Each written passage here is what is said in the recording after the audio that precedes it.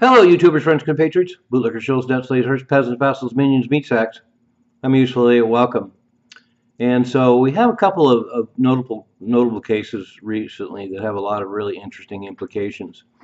And the most recent development, of course, is that Trump is going to go after sue the Ohio Register for polls they did during the election, where they claimed that Kamala was up 3%.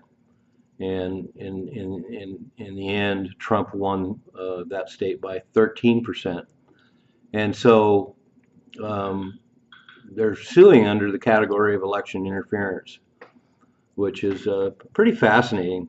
And one of the parts of the story that's it's interesting is the fact that internally the Democrats knew that uh, Kamala Harris was down in all the polls and that this landslide was inevitable. But they worked with their faithful rodent minions in the liberal press to present this idea that she was not only neck and neck, but was ahead in a lot of the states, and manipulated the polls for public consumption. But behind closed doors, they knew full well she was far behind. And in fact, there's a lot of infighting going on in the Democratic Party now, and there's a lot of really pissed off donors who are finding this out and realizing that they've been duped by the Democrats in polling, using polling as one of those machinations um, that just deceived everyone. And part of this whole election cycle was the fact that the Democrats held this campaign for a losing candidate, and they spent upwards of $1.5 billion. The public figure right now is $1.5 billion. But there's also another $1 billion that was funneled in through all sorts of backdoor pipelines into the Harris campaign. So she theoretically could have spent well over $2.5 billion on the election campaign going over 14 weeks.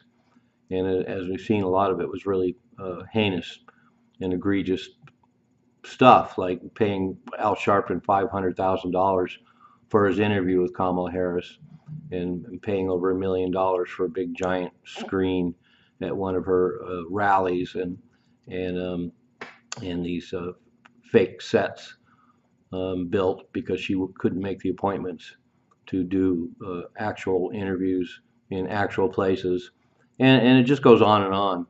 But the other part of the story, of course, is George Stephanopoulos being sued for defamation of character, talking about how Trump was a rapist. And ABC News and George Stephanopoulos were completely humiliated. They knew they didn't have a leg to stand on, and they paid out $15 million to Trump to settle this issue. But for me, the big picture is where is this going to end? Because the fact is, Trump could potentially sue all the liberal media outlets for their characterizations of him. Pretty much everyone from George Stephanopoulos to The View to Joy Reid and every other, Joe Scarborough, every other liberal media outlet made all kinds of assumptions and accusations, and a lot of them were baseless. And pretty much all the liberal outlets at one point call Trump a rapist. And so for me, that's the big picture. Are we going to see more of this?